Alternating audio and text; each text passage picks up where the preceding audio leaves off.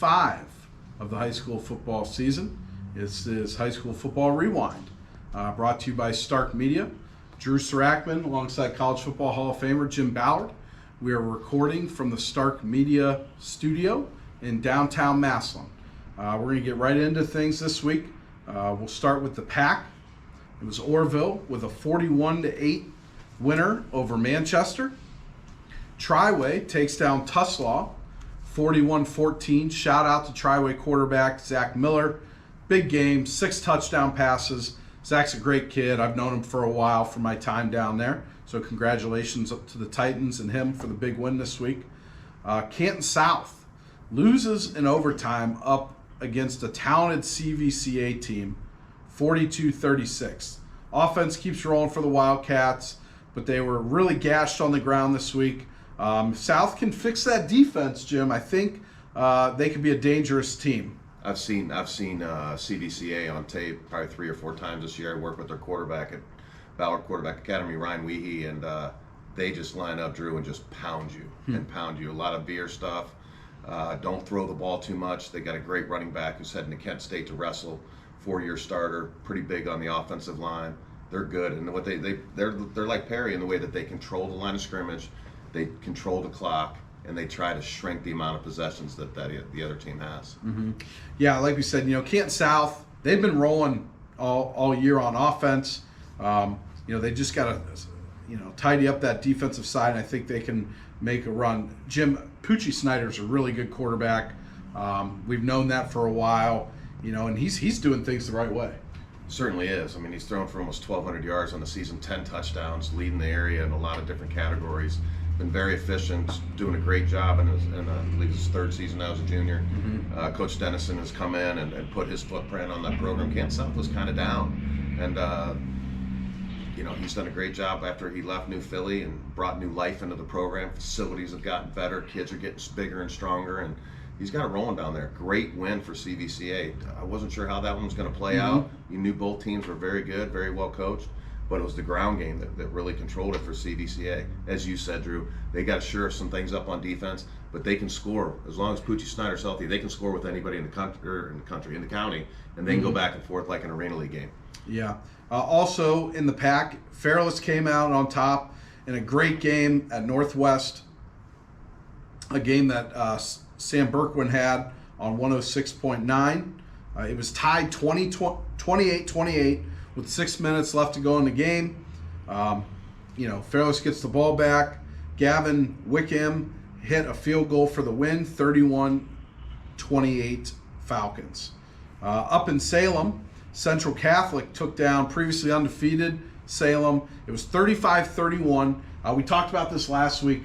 Quarterback battle between Jackson Johnson and Jack Talkington. And Jack Talkington, another big game again, and he comes out with a huge win for Central. Huge win. Wasn't sure how that was going to play out. Was excited about the quarterback matchup. Have spent a lot of time with both those guys this summer at Ballard Quarterback Academy. Jack Talkington, longtime BQA guy, had a chance to see a little bit of it on tape.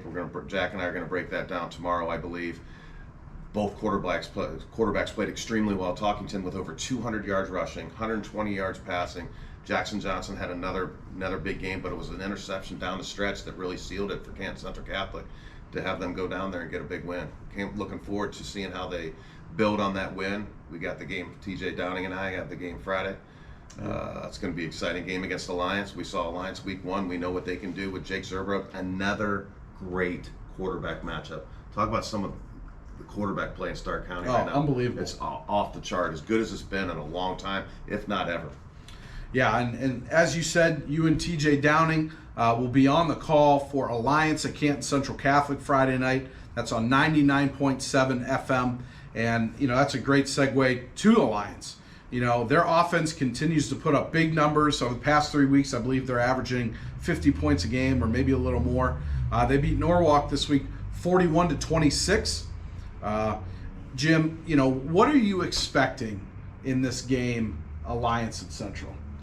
I think it's going to be a great game, and we did the first game. I talked to Coach Goodman, after the ball game, and Alliance went up 7-0. on Lake, and they were in control of the game in the first quarter. They got the ball to start the game. They methodically moved the ball down the field. Zerbrug, I believe, finished 20 of 23 that game. Efficient. Did have the one interception, but he did a great job running the ball, extending plays with his legs. You came away from the Lake game, you looked at the score, and in talking to him, it's like, you guys got dudes. Mm-hmm. I mean, you got Zerbrug, you got the Davis kid in the backfield, you got the Davis brother as a wide receiver. Bagheera, another Mount Union legend who had an outstanding career there. He's playing for him. They've got weapons on offense. They have to stop Jack Talkington. Yeah. Everything at Central runs through him offensively. He's leading the area, top 3 rushers. Yeah, he had 200 yards rushing this past week. He's putting up big numbers. He's in his 3rd year in Coach Lyndon Smith's offense. Not only is he the leader on the offense at the quarterback position, but the guy lines up at the Mike linebacker position and quarterbacks the defense as well. Mm-hmm. The kid's toughness is off the chart.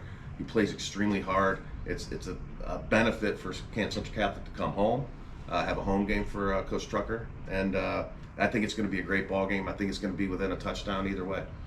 Yeah, we talked about it a couple weeks ago. Central has to find a way. They're playing better up front on the offensive line than they did week 1 when I saw them, but they've got to find a way to stop teams. Maybe slow the game down a little more ball control. They do a good job hitting big plays, but I just think this is such a tough matchup for them defensively because with Alliance's offense, it's pick your poison.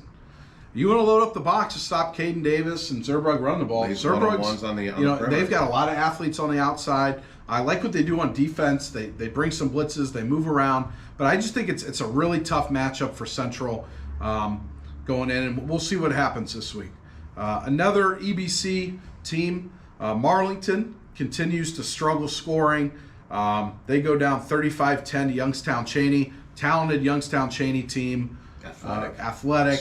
I believe they're undefeated. Big win over Poland earlier this year. Tough, kind of a tough schedule so far for Marlington, but they've got to find a way to score some points going forward. Carrollton falls for the first time this season at the hands of Garraway, 35-0. That score really surprised me. I really thought that Carrollton, being the bigger school, having the numbers with a solid running game, that they'd be able to go at Garraway a little bit, but Garraway shut them out. So that's a huge development. Kind of maybe knocks Carrollton down my pecking order in the EBC a little bit.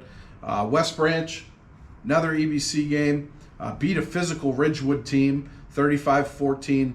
5 more passing touchdowns for Drew DeShields. Double D, just filling up the stat book, man. The kid can do it all. Heading to Eastern Illinois, one of the better dual threat quarterbacks in the state.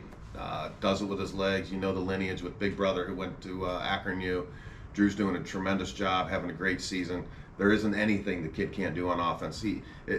I can't wait when they play Alliance. The matchup of DeShields and Zerbrug, they're almost clones playing against each other. Yeah. But Drew's having an outstanding season, a ton of experience, a ton of game situations where he's seen pretty much everything you can see from a coverage standpoint. And when you coach a guy like that, Drew, having a quarterback, not only with a big brother who kind of took him under his wings, but when you have that much experience, there is no substitute for game experience as a quarterback. And Drew has been able to draw from a lot of that, and he's having an unbelievable senior year, and look forward to seeing what he does this week.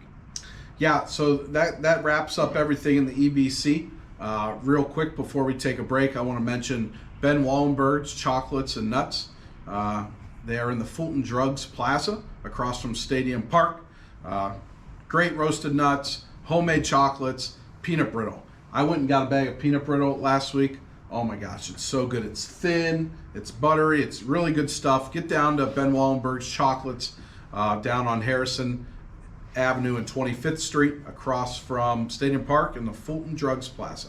And you can check them online at bwchocolates.com. And we'll be right back.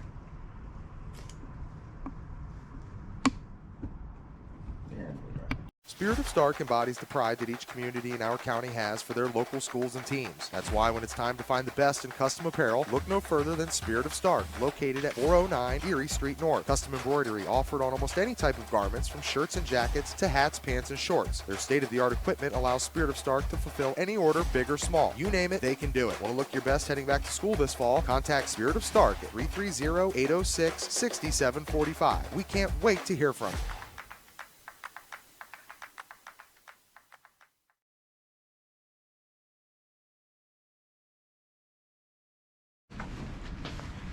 All right, welcome back to High School Football Rewind. Drew Sarachman, Jim Ballard.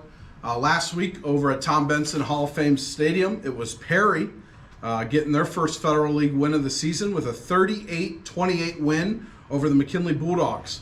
McKinley used special teams to take the lead early. A couple punt returns by Maurice Hill for 2 touchdowns. But Perry, as they've been all year, continues to be consistent and efficient on offense. Went on to score 21 unanswered to end the game and seal the deal to go 1-0 and start the Federal League. So great job by Perry. And we are joined this week by Stark County Football Hall of Famer and Perry Panthers head coach, Zach Slates. Welcome to the show, Coach. Thanks for having me on, guys. All right, so like we said, big win last week over McKinley. It's always good to start Federal League 1-0. Talk a little bit about that game. Yeah, I mean, obviously the first quarter didn't start off well for us on special teams, and we put a big emphasis on that. So that was real disappointing to see two punt returns. But we were playing a team like McKinley. That's the threat. As always, they can go the distance on any play, and they did twice on special teams. But I kids settled in. They ran a little bit different defense against us than they had the previous weeks. Our kids were able to settle in and get the blocking schemes down. The thing that I loved, Coach, was, McKinley jumped on you guys quick, got out 14-0. Didn't seem like there was any flinch whatsoever in your kids. Was that the case? I mean, was it still staying positive? I mean, a lot of good plays on offense, but it's always tough when you go down, especially in Benson, on their home field, going down 14-0 to start the game. Yeah, I mean, and that's what we preach to the kids all year, is just playing. You got to get back to playing Perry football, and it's just being resilient and sticking with the plan and keep plugging away and chipping away, and good things will happen if you do that. And we did that in the Federal League Championship game against GlenOak a couple years ago, and did it this weekend, so that was good to see. Talk about the play of your quarterback. You guys made a change from last year. You moved Basham over to wing. Austin Maddox, efficient, 5 for 8, 59 yards, playing extremely well for you guys. Yeah, he did a great job, and I was on hard last week in practice, and he stepped up to the challenge, and he had a good run to start off, and then he started throwing the ball a little bit and had got some completions and built some confidence off of that, and then he broke one off on a scramble on a pass play that was covered, and he saw an opening and took off and had a 50-some yard run. So yeah, he's done a great job for us. He keeps growing and maturing and understanding our offense and understanding what passes he's got to complete, and he completed what he had to get us to where we were. Yeah, it's great. So I was able to check you guys out week 1 against Central, and as a former coach, one thing that really stood out to me was how organized your sideline was. You see so many of these schools now with like 15 coaches on the sideline. Half of them aren't doing a damn thing. But what I loved about your sideline is your coaching staff was spread out. Guys were looking at certain things. You had it seemed like every 4 plays a kid was coming off the field with being hurt or something, and it was just next guy in, very organized. Talk about your staff a little bit. Yeah, I mean, I got a great staff, and they do a great job staying organized on the sidelines, and that's what we got to have. And yeah, we scouted a couple teams, and we counted the one team had like 22 coaches on the sidelines. It's crazy. We'd have more coaches than players, but no, our guys do a great job, and everybody has a job to do, and there's no wasted time. Just like our offense, I mean, you can't have wasted space there. Everybody's got to be clicking, and the same goes for our staff. Mm-hmm. Yeah, the other thing that really stood out to me, and it was a shame that he went down, was Rechtenwald, number 74, big offensive line. He was mowing dudes down. I loved watching him. I think I watched him for the entire first quarter. Is there any update on him? Are you guys going to be able to get him back? Because, I mean, he just really impressed me up front. Yeah, he played Friday. Perfect. So yeah, that's great. That's a big help. Yeah. Awesome. Yeah, I really liked him. He was nasty. You know, you yourself as a former offensive lineman, I'm sure, love to have that guy back as well.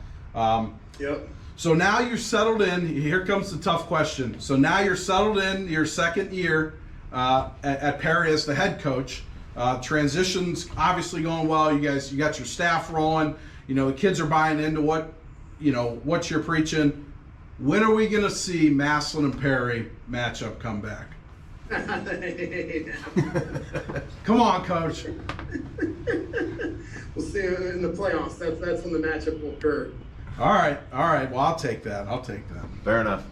It is a heck of a matchup. I worked with Maxie Baker back in the day at BQA when those guys were squaring off some great ball games. Know there's a little friction always, but I look forward to seeing that in the playoffs as well. Hopefully it pans out that way and works into there somewhere week 12 or 13 or so. Yep. All right. Well, we appreciate your time this week, Coach. Wish you nothing but the best of luck the rest of the season. Anything we can ever do for you. If you want to come back on every week, that's fine too. But good luck to Perry. Love, PTO really supports their programs, and we wish you nothing but success. Thank you. I appreciate it. Thanks for taking the time, Thanks, Coach. Good luck this week. Thanks. McNeil & Sons Tree Service serves the greater Northeast Ohio area by keeping your property clear all year round. Do you have trees that have stretched too close to your home? A rotted tree that has to go? Or perhaps even storm damage? No job is too big or small for McNeil & Sons. We specialize in large tree removal, storm damage, stump grinding, land clearing, and more. McNeil & Sons Tree Service is fully licensed and insured, so contact us today at 330-606-1126 for all your tree care needs. Or visit us online at mcneiltree.com to schedule your free quote. The professionals at McNeil & Sons can inform you of your tree health and give you a risk assessment to keep your family protected. So call today, 330-606-1126. McNeil & Sons Tree Service, a company you can depend on with family you can trust.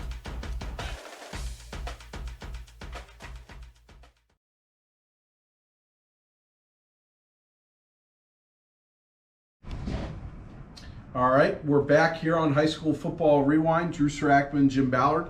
Just a reminder to follow all the Stark Media socials out there, Facebook, Instagram, Twitter. Subscribe to our YouTube page.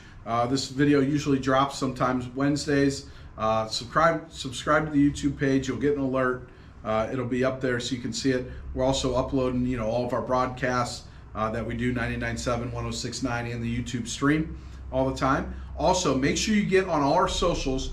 We just posted the OHSAA computer rankings. So if you want to know where your team is on the computer rankings, go to Stark Media page, share that graphic with everybody. It's easy to read. You don't have to search around 5 different pages. You don't have to, read that tiny print in the newspaper. We got a great graphic which shows where your team is in the computer rankings playoff race. Back to last week's action now in the IVC. Malvern, Matt Shurko and the squad moves to 4-0. Beat Tusky Valley, the Tusky Valley Trojans, 41-7, which sets up a big IVC matchup with Ridgewood. Ridgewood went down to West Branch this past week, but little concern on Ridgewood's quarterback health. Is their quarterback gonna play? So a huge matchup. Beginning of the season or beginning of the league season for Malvern against Ridgewood this week. So we wish them luck. Elsewhere in the IVC, it was East Canton getting their first win this year against my St. Thomas Aquinas Knights, 35-0. And quarterback Brennan Betts for East Canton, 17 of 21 passing, 250 yards, 3 touchdowns, and he also had 80 yards rushing for the Hornets. Again, a lot of great quarterback play in Stark County. Spider Miller breaking out the old school offense, slinging the rock around a little bit. Great to see him get a win. We love Coach Spider Miller. He's been a long-time coach in Stark County, done a great job. Got the first win off the snide, something to build on. 17-22, getting it done with his legs and the arm. Yeah, really efficient. Something to build on. Maybe they can put together a nice little run and see if they can't keep that winning streak rolling. Yep. All right, we're going to move on, talk about our neighbors here, right behind us here at Stark Media Studios. It was Massillon coming out again with a big win. They beat Warren Harding 42-14. Quarterback Jalen Slaughter, just like we talked about the first week we did this, those sophomores, especially a quarterback, it takes them about halfway through their sophomore year before they really settle in, and that's exactly what he's doing over there at Massillon. Yeah, Coach Strauch was doing a great job with them. Had some fundamental issues that he needed to clean up. Sounds like he's got it rolling. We did have a chance to see Jalen against GlenOak. Struggled a little bit with the deep ball. The big thing when you got a guy like Arvell Banks, big time wide receiver commit to Toledo, 6'2". The guy's got a great wingspan. He's got a great vertical. You just got to give those guys opportunities to make plays. Drew, we've seen the wide receivers that has come through Massillon in the last 10 years or so. Devin Smith, obviously Wilson Lamp, Jaden Ballard, just to name a couple. Garyon Conley. These guys can all make plays, but the quarterback has to do a good job of just simply giving them opportunities to make plays. Jalen did that. Impressive statistical game for him. 14 of 19, 248 yards, 4 touchdowns. The big fella, Arvell Banks, as we said, 132 yards, 2 touchdowns. When you've got Hartson in the backfield, when you can just pound the rock with him, as a head coach, when you can run some of that long RPO action to really pull it, you got 2 high safeties, to pull those safeties down into the box, and you got a guy that's going to end up one-on-one, you just got to let him make plays, and that offense is going to be scary. We said it, they were hitting on about a 5 or a 6 maybe with the first couple weeks. They're really starting to elevate. As you said, Jalen's settling in his first full-time year as a starter. Started as a 14-year-old freshman last year. Really coming into his own, starting to get a lot more confidence. I think the game is starting to slow down for him, Drew, which happens for quarterbacks when they are in a system for a little bit, and just getting the game experience, as we talked about with Drew DeShields. He's going to continue to get better. He's very well coached. He's got all kinds of weapons.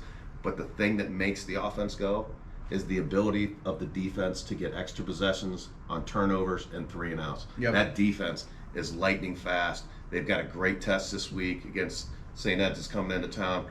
Excited to see that ball game. Excited to see how this team plays. It's been a tough battle for Massillon the last few years with St. Ed's. You know what Coach the head coach up at Lombardo. Coach Lombardo came from Highland, coming off a state championship with BQA quarterback Christian Ramos, now playing at Bowling Green baseball. They got another solid quarterback, 6'2", 200 pounds. Casey Bullock can run, can throw.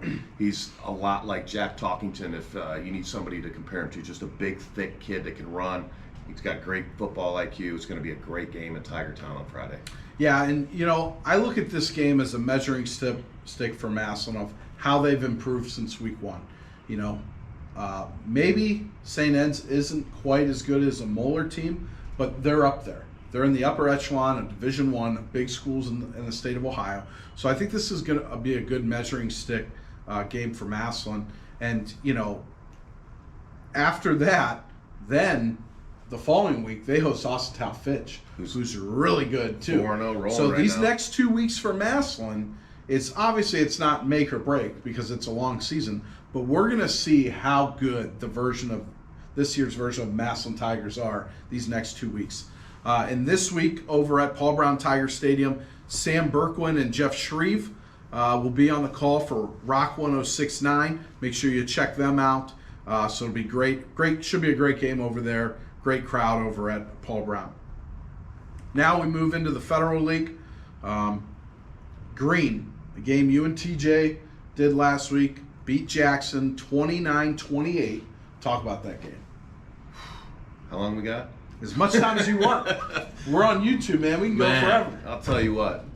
I've commentated a lot of games. I've watched a lot of games. I've never seen anything like that before. And here's what I'm going to say. My neighbor's Luke Johnson, great kid. They put him on Baglia the whole game. Jackson did on defense. They wanted to man him up. They felt that Luke was their best defensive back, so wherever Baglia went, that's where Luke went. That kid had 11 solo tackles, I believe 3 or 4 pass breakups. Drew, they targeted him 32 times in a Wow. game. One receiver, 32 targets in one game. Receivers all over the county don't even get 32 targets in a season, let alone targets that many times in a game. Bagley ended up catching 18 for about 178, a couple touchdowns, 2-point conversion. Just a great game. It's a game that I'm sure Jackson is still throwing up in their mouth about. Mm-hmm. They had control of the game. I really liked the game plan offensively. They pounded the rock with Davide. Davide had over 220 yards, averaged almost 10 yards per carry. They were up 21-14. They were knocking on the door. They were inside the red zone. They weren't able to. They turned the ball over, which was a terrible call. They ended up getting the ball back. Jackson did. They had an opportunity to put them away, and they just couldn't do it. And this Green team, you can never let them hang around. We saw what they did last year with Van Horn and the cast of characters. But now we're talking about Robbie Klockner being efficient, throwing 66 times, 1 interception, completed 43 passes in one game. They were down last week by 17 to Talmadge. They didn't flinch. They 1 point away from winning that ball game. Build from that experience. Got down again at home to Jackson. They just kept pushing. They just kept taking what the defense gives them. Klockner for 3 yards, 4 yards, 6 yards, 8 yards. Just, I love the commitment by Coach Geis and his staff just to say, this is who we are. Yep. This is what we do. It was a great conversation that TJ and I had with him before the game, and he's like, you know what, Jim, we evaluated our kids, we looked around, and we realized we have a ton of skilled kids. So we're not a team that's just going to line up and try to pound the rock and run it down your throat. We got to get guys on the edge. We're going to use, basically the short pass game as our run game, throwing some now routes where the receiver's uncovered by the linebacker, or throw bubble screens or tunnel screens. The commitment that they've made in the system has proved invaluable, and they're winning a ton of games. Again, new cast of characters this year. One of the best classes that Screen's ever had. Graduated 20 seniors, went to the championship game, and now they're sitting 3-1, and they're 1 point away from being 2 points away from being 4-0 on the season. Got to take your hat off to Coach Green, or the Coach Geis at Green. Jackson reeling a little bit now at 2-2. This Federal League, man, It's gonna be crazy. Grab the game. dice. Every one of the head coaches of the Federal League's at the table.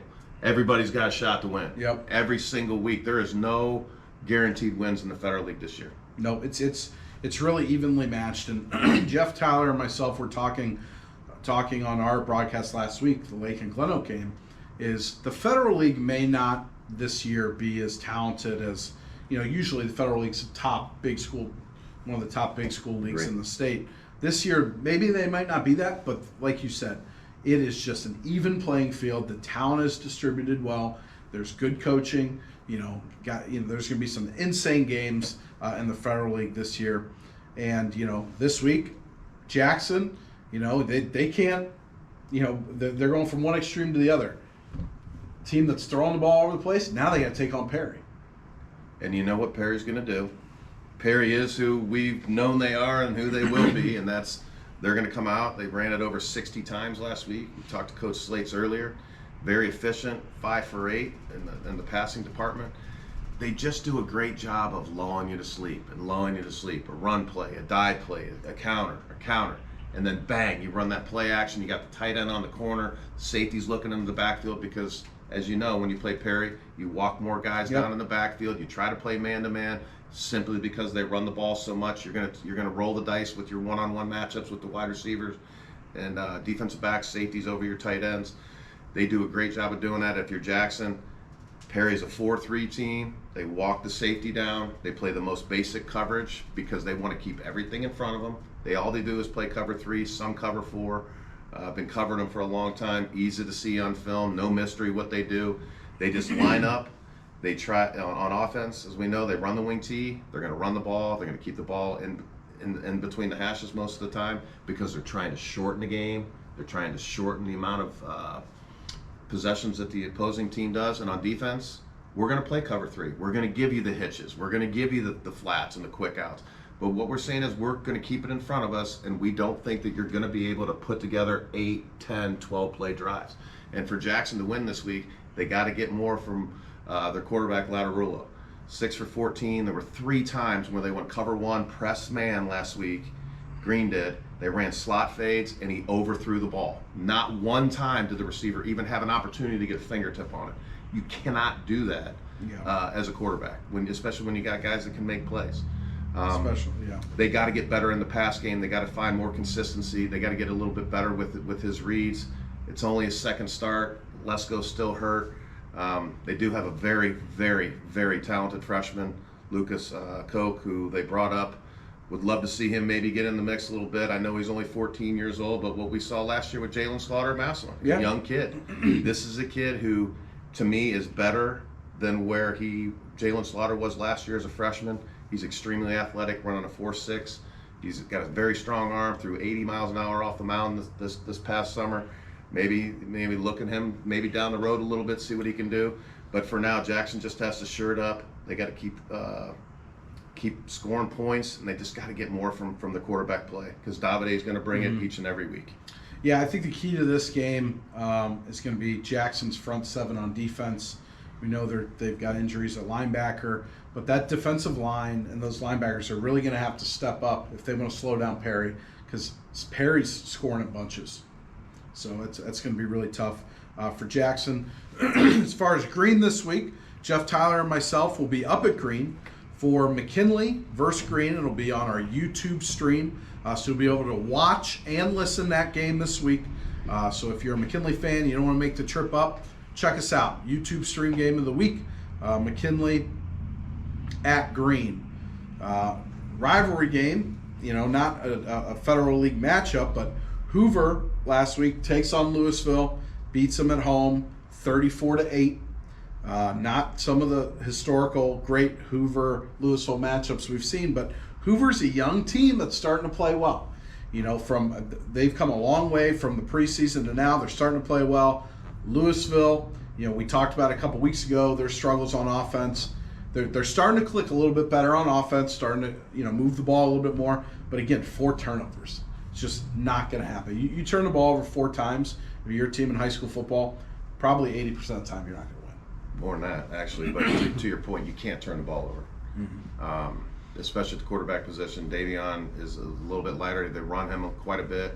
He's had some issues putting the ball on the carpet. It's not a mystery. You look at the statistics and watch the film. Just got to try to get a little bit more creative on offense. Maybe some trick plays like they ran against Northwest. Yeah. They're really struggling to find consistency on the offense, whether it's throwing the ball or running the ball. They threw it well against Northwest, had some plays. They're just simply trying to figure it out. They got to find a way, because here's the thing. We had talked about it before about no one's going to feel bad for McKinley at their struggles. No one's going to feel bad for Louisville either. Hell, they got thrown out of their own league. They beat the crap out of a lot of people for a long time. It's not going to get any easier from them. They got Lake this week.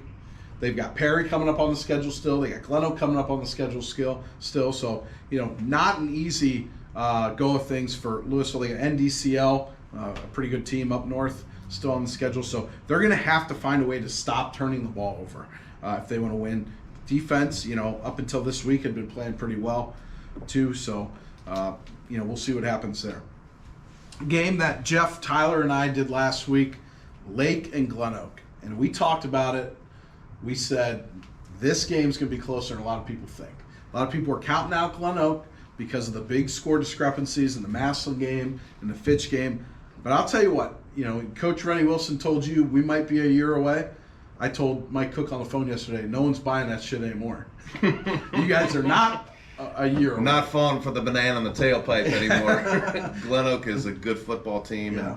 And they did. They ran into a Massillon team that we're going to be talking about at the end of the year that's going to probably win 2 or 3 playoff games. They are a very good team. That'll show out a little bit this week. This week against Eds and next week against Fitch. We'll really find out. But where Massillon's going to end up by the end of the season. Yep. And I think GlenOak has got. You can tell that they've gotten a lot better. They're a lot stronger, which was a big emphasis in the offseason.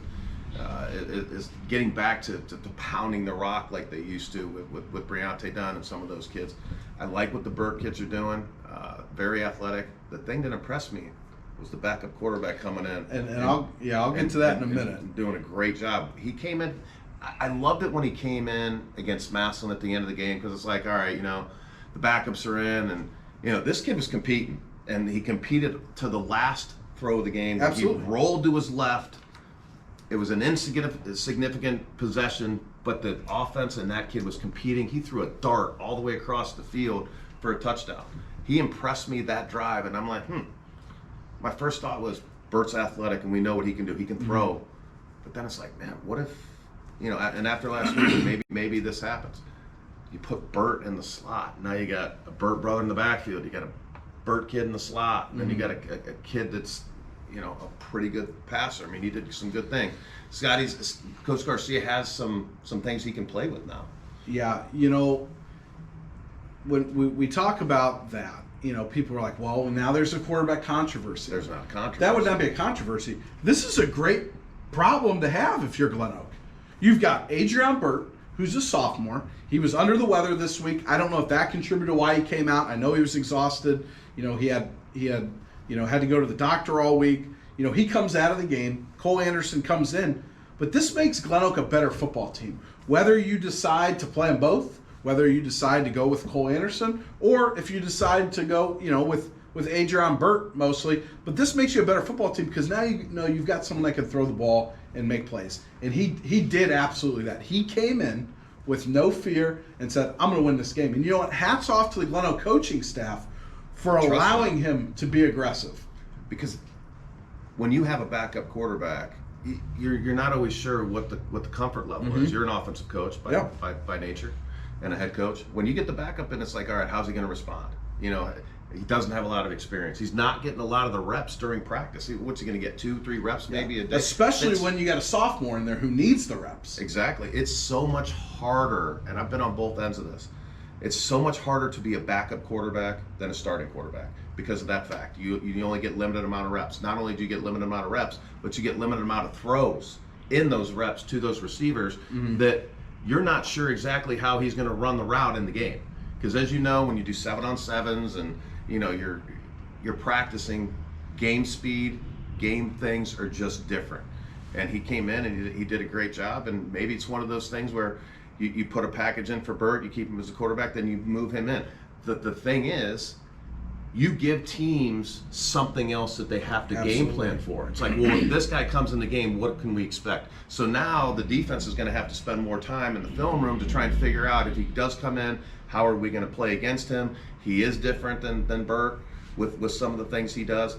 So it just makes you prepare that much harder. And as you said, that it is a good problem for somebody else to really elevate themselves at the quarterback position, because we've seen the Federal League top to bottom is physical, it's tough, and it's a grind. And guys do get hurt. And next guy up. Jackson's a perfect example of that as well. Next guy up, guys got to step in and make plays.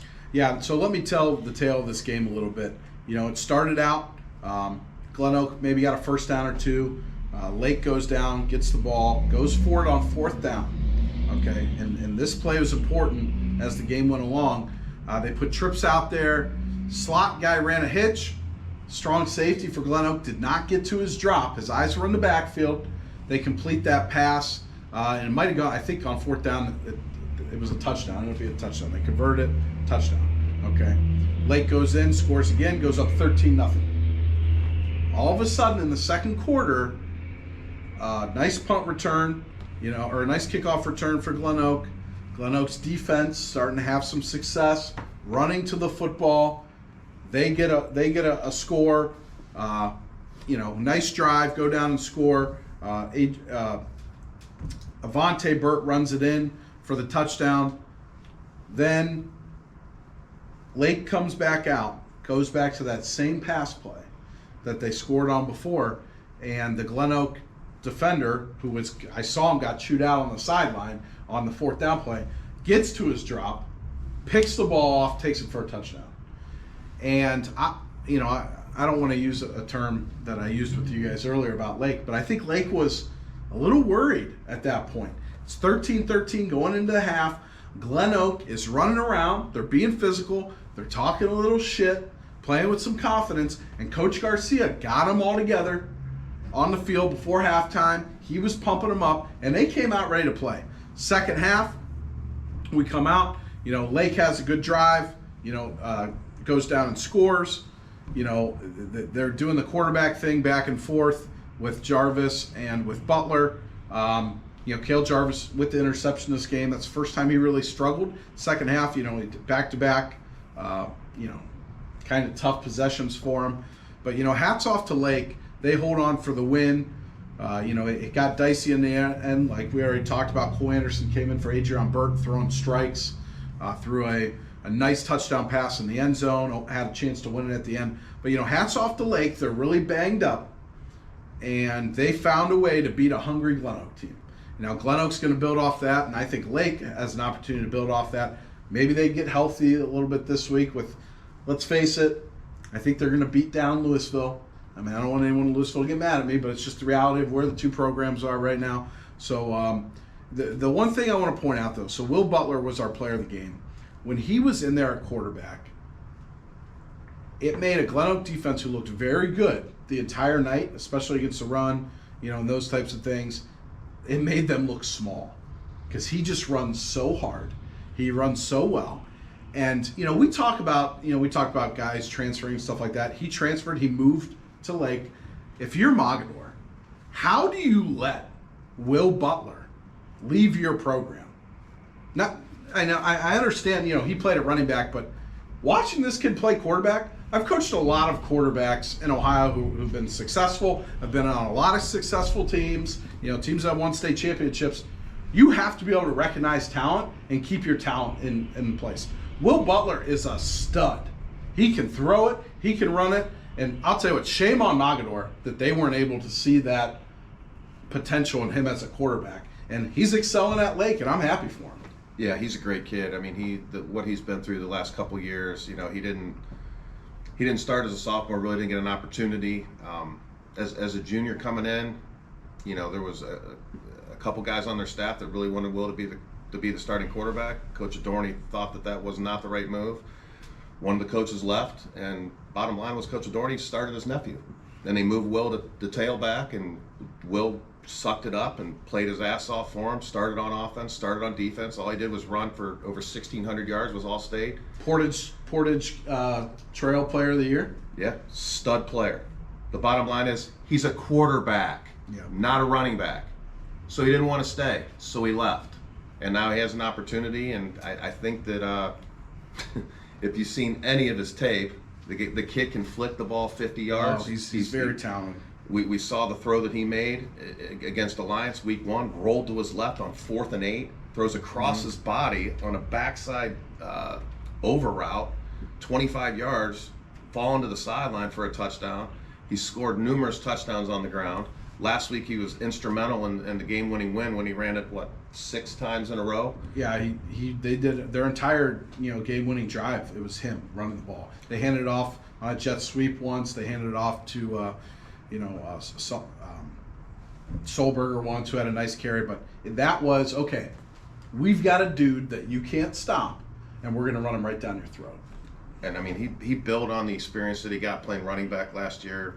But the bottom line is this. He's 6'2", 217. And am I biased towards him because he's a Ballard Quarterback Academy guy? Yeah, I am. But let me tell you something. I've been running my quarterback academy since 2007, and I don't blow smoke up people's ass. And if the kid's a really good player, he's a really good player. This is what I do. This is what I make my living on. It's not personal. It's not directed at any coaches. But the bottom line is the kid can play. The kid's talented. He's legit Division II prospect as a quarterback. I would like to see him get more throws. I mean, you know how strong his arm is. And he had 0 attempts last game. Yeah. Get more creative on offense. Let the kid throw the ball. Get him on the field more, because I believe that he gives them the best chance to win. That's not a dig against Jarvis. No, I think Cale Jarvis has done a great job. He's done a great job in what he's done. But we're seeing some of the things that he did last year that got him in trouble. He threw 15 interceptions last year, which is a lot, against 9 touchdowns. Building on that sophomore year, Federal League, all that. Can't keep turning the ball over. This is the 2nd week in a row. It was a pick 6, bad read. that led to the interception. I'd like to see Butler on the field more because and everybody knows when he's on the field, you know what he can do through the air, Yeah. and obviously you know what he can do on the ground. Just get a little bit more creative, throw the ball on first down, get him a layup, get him an RPO with. I mean, when you got him and Solberger in the backfield, I mean, pick your poison as far as, you know, who do you want to try to tackle, and then you can read off the end, and then you can throw the bubble screens, and you can throw the smoke screens, and now you're going to get Ty Miller back. Stretch the field, throw it deep. You know, get those guys involved. And like I said, they're dealing with a lot of injuries right now. They've got to get healthy. But here's the thing. We can say everything we want about this guy, that guy. They're 4-0, and that's all that matters. It is all that matters. Right now. And there might be a plan. And obviously Will is one of those guys on defense that he plays his ass off. He plays hard. He's like Jack Talkington in that way. He's a great leader. You know, moving in, you never know how a kid is going to fit in. You know, does a kid come in with an attitude? Is it ego? That's not Will at all. He works hard. He gets along great with the coaches, does whatever they ask. He's a great kid, having a great year. And yeah, the bottom line is he should have left Mogador. There's no reason for him to stay. He wants to play college football as a quarterback and not a running back. So why would the kid give up that opportunity? You know, it just didn't make sense. He was upset. You know, things didn't work out. And Mogador's having a good season this year, and Lake's having a good season. And he's so a it's smart working kid out too. with So I mean, you know, academic reasons. absolutely. Also why he 3.6. left. There was some you know, family issues too that you know played into it, and you know it was like just one of we those always things. say, and I've said this a couple weeks ago. Every kid deserves and has the right to be in the best place that gives them the best opportunity to succeed. And it was a And no one family should issue, say, too. and no one should be able to say anything, you know, against that.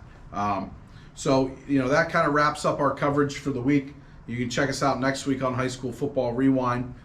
Make sure you're checking out all our social media pages. Thank you to our sponsors.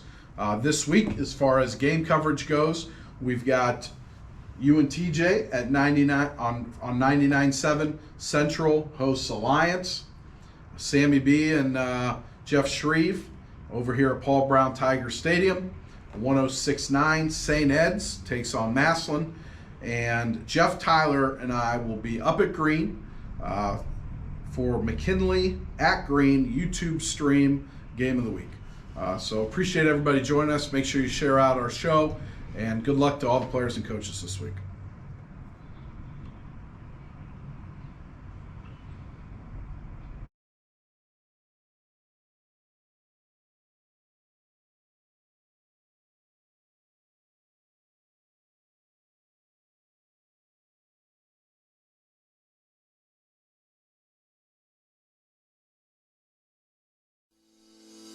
At C.H. Vallis & Associates, we've been proudly serving the greater Stark County community for over 78 years. Locally owned, we cover your home, auto, business, and life insurance along with your group benefits. Our partnership with auto owners has allowed us to span not only Ohio, but throughout the entire country. Did you know that Auto Owners, an A++ rated company by AM Best and a Fortune 500 company, has ranked C.H. Vallis & Associates a top 10 insurance agency in the state of Ohio? From your basic home and auto needs to insuring some of the largest companies in America, there's a reason people choose C.H. Vallis & Associates and Auto Owners. Our dedication and passion for our clients and their coverage is part of our commitment to excellence. For all your insurance coverage needs, there's only one call to make, and that's C.H. Vallis & Associates, located at 1302 South Main Street in North Canton. Contact us at 330-494-2776 today and see the difference in customer satisfaction.